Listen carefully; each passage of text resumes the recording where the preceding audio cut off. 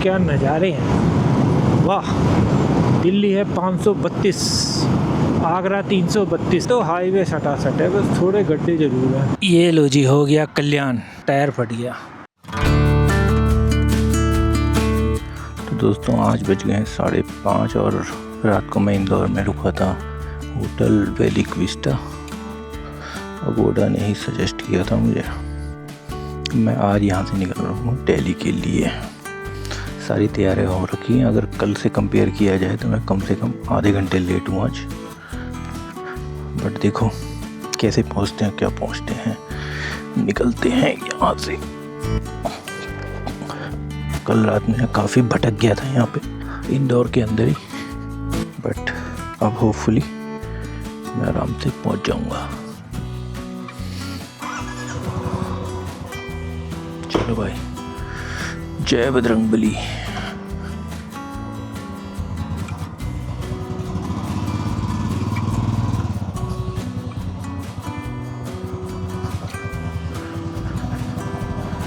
Hopefully मैंने सारा कुछ ले लिया है, बस अपनी पॉकेट्स वगैरह बंद नहीं किए। कहीं रुक के मैं अपने पॉकेट टाइट करता हूँ, फिर चलते हैं।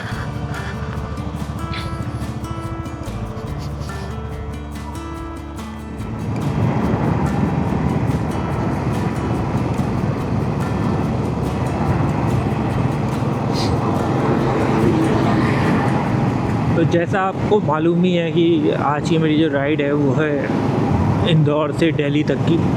और कल मैंने अपना ही रिकॉर्ड तोड़ दिया था। पहले मैं शायद 700 या 750 किलोमीटर मैंने एक दिन चलाई थी, जो कि रामबन जम्मू से और दिल्ली तक थी। और कल जो मैंने डिस्टेंस कवर किया वो था 832 किलोमीटर, और मैं सुबह 5 बजे निकल गया था और रात के 8 बजे मैं इंदौर पहुंच गया था।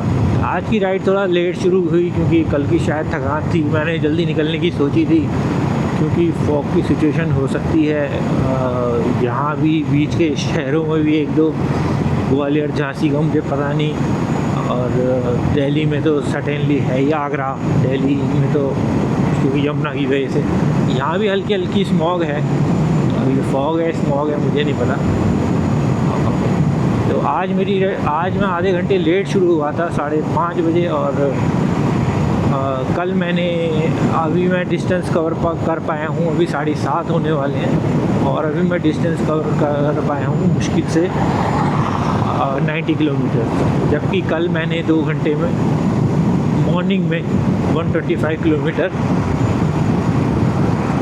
कवर कर लिए थे। तो इस तरह से आज मैं थोड़ा पीछे हूँ, और देखो आगे क्या होता है। अभी भी दिल्ली रह गया 674 किलोमीटर, और मैंने करीब अभी मुझे 8:30 बजे का टाइम बता रहा है पहुंचने का।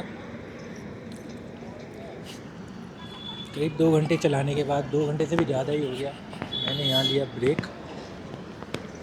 और एक चाय, थोड़े से पकौड़े खाए। देखो इससे टाइम कहाँ तक गुजरता है, नहीं तो आगे जाके 11-12 बजे के करीब बनन चली आ जाएगा, क्योंकि खाना खाएंगे घर जाके। पहली बार ऐसा हुआ है, ये सबसे लंबा ब्रेक होगा मेरा शायद कि 10-11 दिन बाद मैं घर वापस जा रहा हूँ। तो अभी निकलते हैं यहाँ से। सुबह 8:15 हो गए, देखते हैं अभी 12 घंटे और राइड करनी है।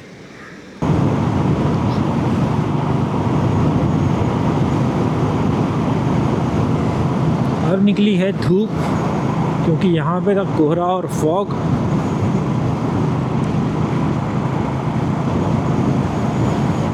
देखो 8:30 पौने 9 बजे यहाँ धूप निकल रही है। दिल्ली के मुकाबले तो यहाँ काफ़ी कम स्मॉग है। वैसे जैसे जैसे मैं नॉर्थ की तरफ बढ़ता जा रहा हूँ ठंड बढ़ती जा रही है, क्योंकि इंदौर में भी मुझे ठंड नहीं लग रही थी। मैं टी-शर्ट पहन के ही घूम रहा था और रात में बाइक चला के ही पहुँचा था, लेकिन इतनी ठंड नहीं थी। सुबह मैं निकला हूँ तो मुझे ठंड लग रही है। जैसे जैसे 50-60 किलोमीटर में आगे बढ़ा मुझे ठंड लगनी शुरू हो गई। वाला है गुना अभी है 13 किलोमीटर और ग्वालियर है 230 किलोमीटर, और अभी टाइम हुआ है 10:30। मेरी घड़ी का स्टेप टूट गया है, इसलिए मैंने उसे अंदर रखा हुआ है।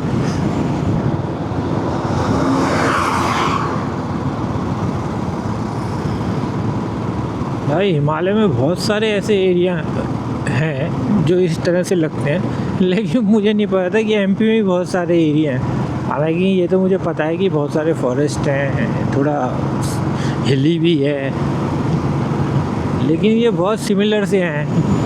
जैसे हम हिमाचल या उत्तराखंड में ही जाते हैं, बहुत सिमिलर सी रोड है। वाह क्या नज़ारे हैं, वाह मज़ा आ गया, आज दिल खुश हो गया। आज का बेस्ट सीन था है ये।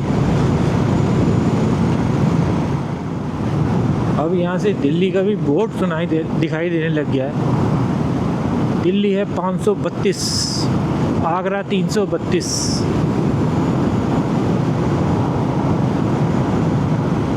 $532 is Delhi and Agra is 332। तो मेरा टारगेट रहेगा 332 आगरा तक पहुंचने का, और होपफुली मैं वहाँ दिन में पहुंच जाऊंगा। दिन में मतलब 3-4 बजे, और फिर 3-4 घंटे का रास्ता यमुना एक्सप्रेसवे से मेरे घर तक है, क्योंकि नोएडा से इजी एक्सेस है। तो मैं यमुना एक्सप्रेसवे से ही जाने की ट्राई करूँगा। ये बीच बीच में ना रोड अच्छी आती है, ख़राब आती है, इसके चक्कर में कभी स्पीड बढ़ाओ कभी घटाओ, बस यही चलता है। ये अचानक से शुरू हो जाता है पैच, पता भी नहीं चलता। बाप रे बाप, देख रहे हो बहुत सारा पैच वर्क किया हुआ है यहाँ पे। बाप रे बाप, अरे बाप रे बाप, अरे बाप रे बाप। वैसे तो हाईवे सटासट है, बस थोड़े गड्ढे जरूर हैं।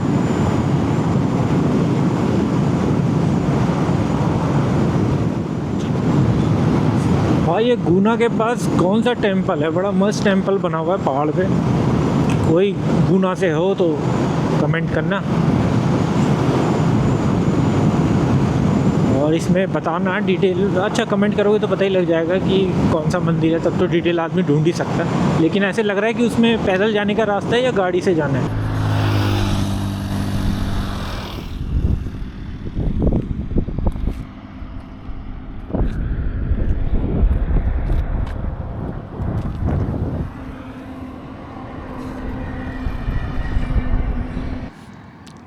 ये लो जी, हो गया कल्याण।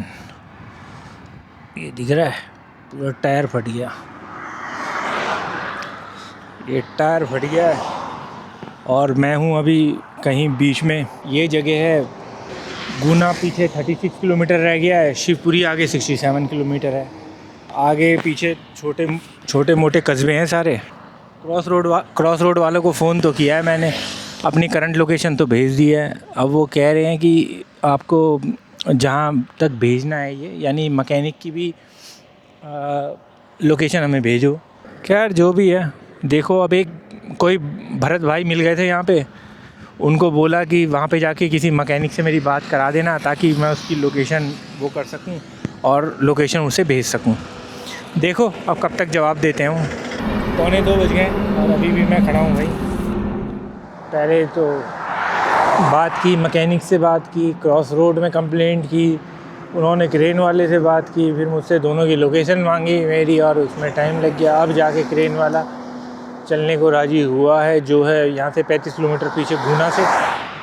और देखो कब तक आएगी। 1:30 बजे के या 2:45 बजे के करीब निकली है, 2:45 बजे तक आएगी। कब वहाँ छोड़ेगी, शाम ही हो जाएगी शायद। मैं आगे शिवपुरी या ग्वालियर तक ही जा पाऊँगा ज़्यादा से ज़्यादा, वो भी 180 किलोमीटर है, तो वो भी पॉसिबल नहीं हो पाएगा। पहले बाइक में बैठ के परेशान थे, अब यहाँ खड़े हो के परेशान हो गए, इसलिए 1.5-2 घंटे से मैं यहीं खड़ा हूँ।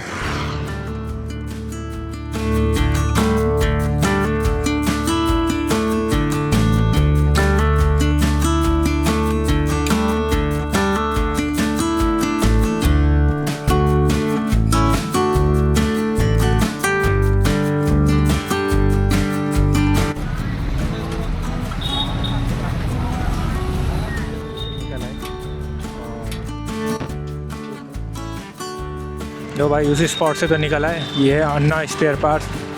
बदरवास करके जगह थी जहाँ पे ख़राब हुआ था। गुना के 35 किलोमीटर आगे, उसके ये 8 किलोमीटर आगे गांव है अंदर। कर रहे हैं, टायर लेके दे दिया है, तो ये कर रहे हैं।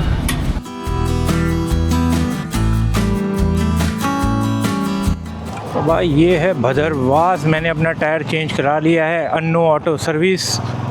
बनवारी लाल जी थे, बड़े बढ़िया आदमी थे। कई बार जो वो बोल रहे थे मुझे उनकी लैंग्वेज की वजह से ना कुछ वर्ड समझ में नहीं आ रहे थे, बट चलो जी, अपना काम कर दिया उन्होंने कमाल का। अब निकलते हैं। ये शायद 1.5-2 किलोमीटर का रास्ता है मार्केट का, जो वापस हाईवे पे मिल जाएगा। तो भाई आज का दिन तो ऐसे ही गया। मैं सोचा था आज दिल्ली पहुंच जाऊंगा, लेकिन दिल्ली अभी भी 488 किलोमीटर दूर है और 4 बज ही चुके हैं, तो पहुंचना नामुमकिन ही है। यानी रात में मैं प्रीफर नहीं करता ड्राइव करना। ये तो दिन की बात थी, अगर रात में ये होता तो भाई बहुत मुश्किल आ जाती।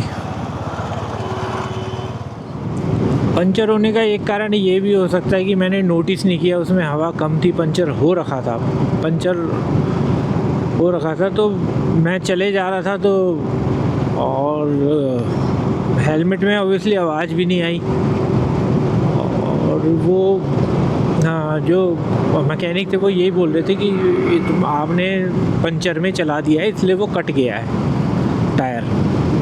तो गलती है। हालांकि मुझे एकदम से महसूस हुआ कि ये कुछ गड़बड़ है, ये हिल क्यों रहा है मेरा हैंडल इतने ज़्यादा। ये पहली बार हुआ मेरे साथ। इससे पहले जो पंचर हुआ था वो चलती गाड़ी में मोड़ काटते हुए हुआ था, और वो बहुत स्लो पंचर था। खैर ऐसी चीज़ें होती रहती हैं, मैनेज कर ली। 1-2 अच्छे लोगों से मिलने का मौका मिल गया, जैसे भरत भाई थे वो मिल गए। उन्होंने वो आए यहाँ पे आके उन्होंने बात की।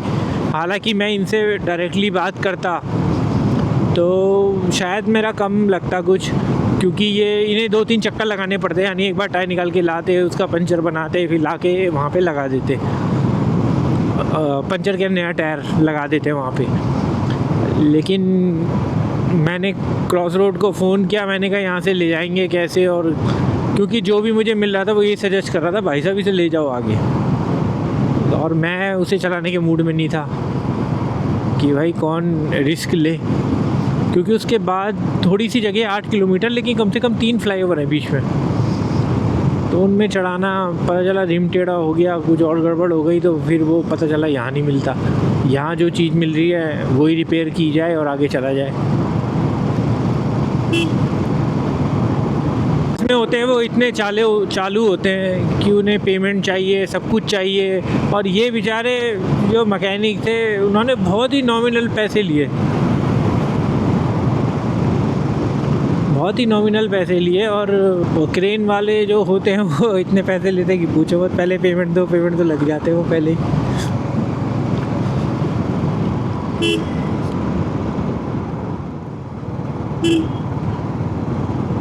खैर जो भी है सब ठीक है, एटलीस्ट मेरा हो गया। मैं लेट तो हूँ, देखता हूँ कि आज मैं कहाँ रुकता हूँ, कहाँ तक जा पाता हूँ एक्चुअली।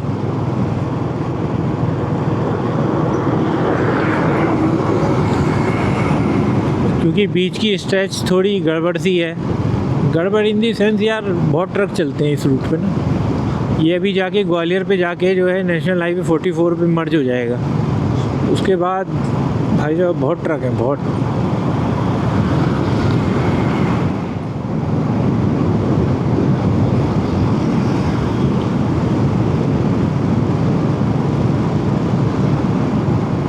झांसी है जो 104 किलोमीटर यहाँ से। हो सकता है मैं झांसी में स्टॉप ले लूँ, या देखूँगा अगर रोड सटासट लग रही है तो घर ही जाने का प्लान करते हैं। यार इतनी दूर 6000 किलोमीटर काटने के बाद आज मैं मज़े से आ रहा था और ऑन टाइम चल रहा था। मैं 8:30 बजे तक घर पहुँच जाता, लेकिन मेरे 3-4 घंटे यहाँ बर्बाद हो गए। लेकिन part and parcel of the game.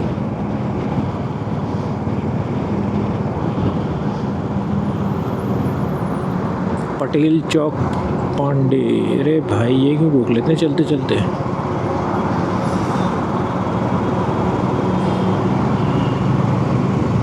अब एक कहीं पे फ्यूल ब्रेक लूँगा और थोड़ा सा मुंह हाथ धोऊंगा। रात हो गई है, हेलमेट साफ़ करूँगा, हो जाएगी थोड़ी देर में। फिर झांसी तक तो जाना इजी है, झांसी तक तो मैं चला ही जाऊँगा।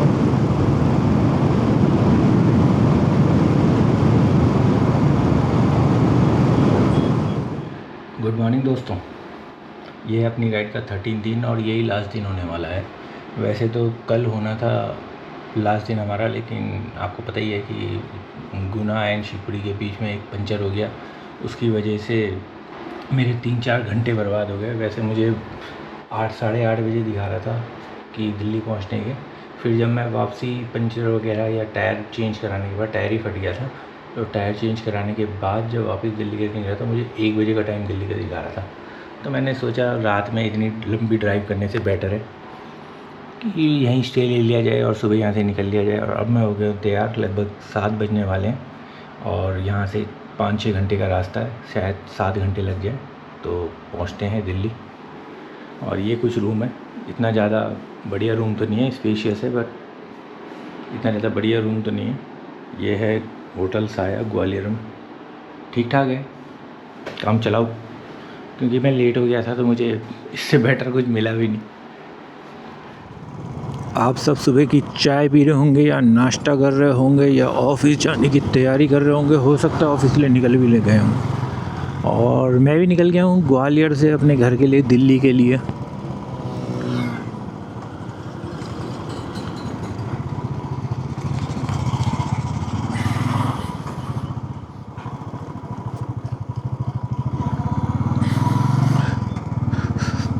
अभी ये मुझे दिखा रहा है कि यहाँ से है 309 किलोमीटर मेरा घर, और करीब 1:30 बजे के करीब मैं घर पहुँच जाऊँगा। यार शहरों में ना बिना हेलमेट के सब लगे पड़े हैं यार, कोई हेलमेट पहनने को राज़ी नहीं है। अपनी जान की किसी को कीमत ही नहीं है। वैसे तो ऐसा नहीं है कि आपने हेलमेट पहना है तो आप बच ही जाओगे, या आप बस में हो तो बच ही जाओगे, या प्लेन में हो तो बच ही जाओगे। तो अपने हिसाब से, अपने सेटिस्फेक्शन के हिसाब से सेफ्टी गियर ज़रूर पहनने चाहिए यार। एटलीस्ट तुम ये ग्लव्स वगैरह नहीं पहन सकते हो, ये राइडिंग जैकेट वगैरह नहीं पहन सकते हो, एटलीस्ट हेलमेट तो लगा सकते हो। और ठंड है यार, ठंड से बचने के लिए कुछ तो पहनो, कोई तो लेयर डालो मोटी मोटी। बट टोपी पहन के चल देते हैं, और कईयों ने तो टोपी भी नहीं पहनी, इतने बहादुर हैं वो। ये है आगरा मुंबई हाईवे, जो कि है, ये है आगरा मुंबई हाईवे जो कि है, वैसे जयपुर होके भी जाता है एक रास्ता। तो भाई ग्वालियर को कर दिया हमने टाटा बाय बाय, और अब हम हैं आगरा मुंबई हाईवे पे। आगरा मुंबई हाईवे 10-15 किलोमीटर चलने के बाद मर्ज हो गया है NH44 में। और जब से ये NH44 में मर्ज हुआ है तब से भाई इसमें ट्रक ही ट्रक दिखाई दे रहे हैं, ट्रक ही एक दूसरे को ओवरटेक कर रहे हैं। और आगे एक भूसे का ट्रक चल रहा है, तो भाई साहब सारा भूसा ही भूसा कर रखा है उसने।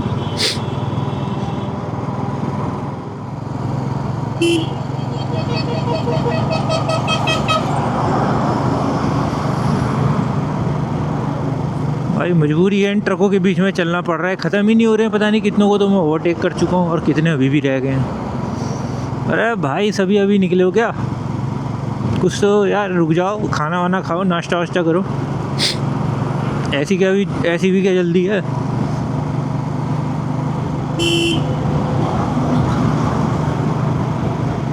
भाई मुझे तो घर जाना है, तुम्हें थोड़ी घर जाना है। तुमने तो पता नहीं कहाँ जाना है, तुम तो घर पता नहीं कब जाओगे, महीनों बाद। वैसे 10 दिन बाद तो मैं, 12, 13, 14 दिन बाद तो मैं भी घर जा रहा हूँ।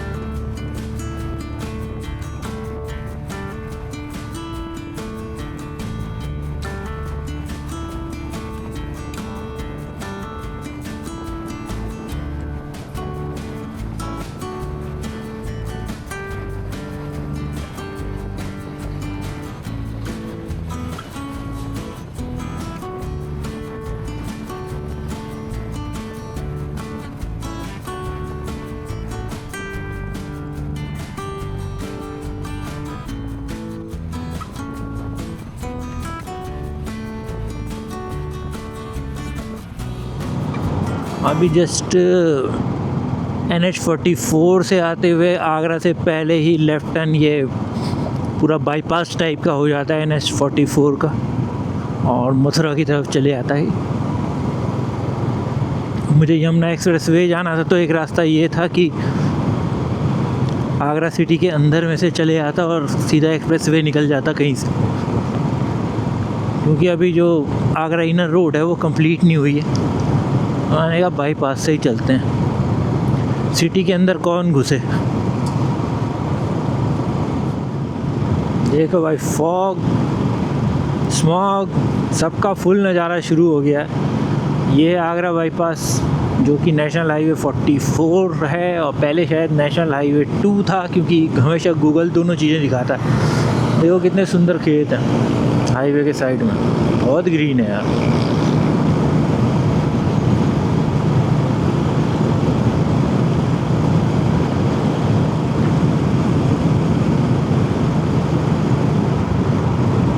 अब मैं ढूंढ रहा हूँ कोई पानी चाय का जुगाड़, क्योंकि ठंड लग रही है बहुत ज़्यादा। मेरी आदत रही है कि मैं थोड़ी देर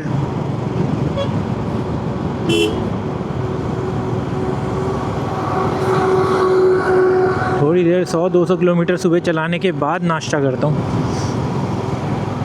तो वो टाइम भी हो गया है, करीब 100 किलोमीटर से ज़्यादा चला लिया है और लग रहा है अब 200 किलोमीटर है दिल्ली यहाँ से, और सिर्फ 50 किलोमीटर मथुरा तक, शायद मथुरा तक चलाना होगा।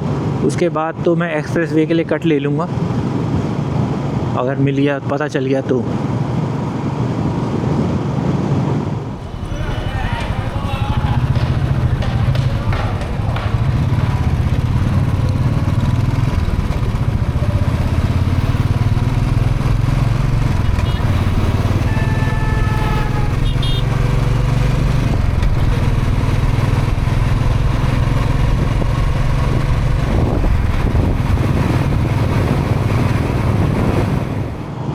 दोस्तों, आपका स्वागत है दिल्ली NCR में। और जो लोग यहाँ रहते हैं वो लोग इस चीज़ से वाकिफ़ हैं कि मैंने कोई इफ़ेक्ट नहीं डाला है, ये सब स्मॉग है।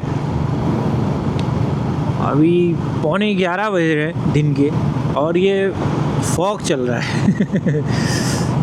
और यार, जिनको भी जानकारी होगी उन्हें पता होगा ये स्मॉग है, पोल्यूशन है, और दिल्ली का AQI लेवल बहुत ख़तरनाक लेवल पे आजकल। मैं पूरा जहाँ घूम के आया वहाँ AQI लेवल इतना कम था कि पूछो मत, दूर दूर तक विजिबिलिटी थी। कुछ सिटीज़ में था कि थोड़ा बहुत था पोल्यूशन, बट इतना ज़्यादा नहीं था कि ये तो बहुत लंबा स्ट्रेच है कि ये मैं पीछे आगरा तक देख के आ रहा हूँ कि आगरा तक की ये चीज़ है सेम। हो सकता है ये नदी का रीज़न हो कि यमुना नदी का थोड़ा फॉग इस वजह से भी होगा। ये है यमुना एक्सप्रेस वे, और मैं जा रहा हूँ दिल्ली की तरफ। और जा रहा हूँ तो हर बार मैं यहाँ आता हूँ तो थोड़ा तेज़ी से निकल जाता हूँ, एक नॉर्मल छोटी राइड लगाने के लिए आता हूँ।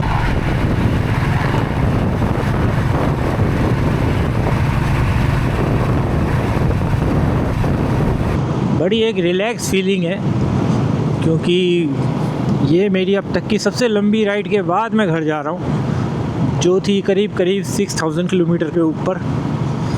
तो दिल्ली से मैं निकल के गया पुडुचेरी, पुडुचेरी से रामेश्वरम, रामेश्वरम से कन्याकुमारी, एंड देन कन्याकुमारी से मुन्नार, मुन्नार से मैसूरू, मैसूरू से विजयपुरा, सोलापुर से थोड़ा आगे, और उसके बाद इंदौर से ग्वालियर। जर्नी को एंड करने का समय आ गया। मैं हूँ अभी नोएडा में, बस 8-10 किलोमीटर रह गए यहाँ से घर। बेसिकली जो मैं यहाँ रुका हूँ वो इसलिए रुका हूँ कि हाईवे से जस्ट नीचे उतरा हूँ यमुना एक्सप्रेस वे से। यमुना एक्सप्रेस वे पे ही मैंने 80 की स्पीड पे चलाई, आराम से स्मूथली साइड में चला के लेके आया। और फिर greater Noida to Noida expressway है, ये थोड़ा उससे ज़्यादा रश है और छोटा है, तो उसमें 60 की स्पीड पे चला के लाया। और अब घर का एरिया शुरू होने वाला है, तो अब उससे भी कम स्पीड पे ले जाऊंगा। तो भाई, ये जो बैग खाली हो रहा है। ये बड़ी मुसीबत वाला काम है। ये राइडिंग जैकेट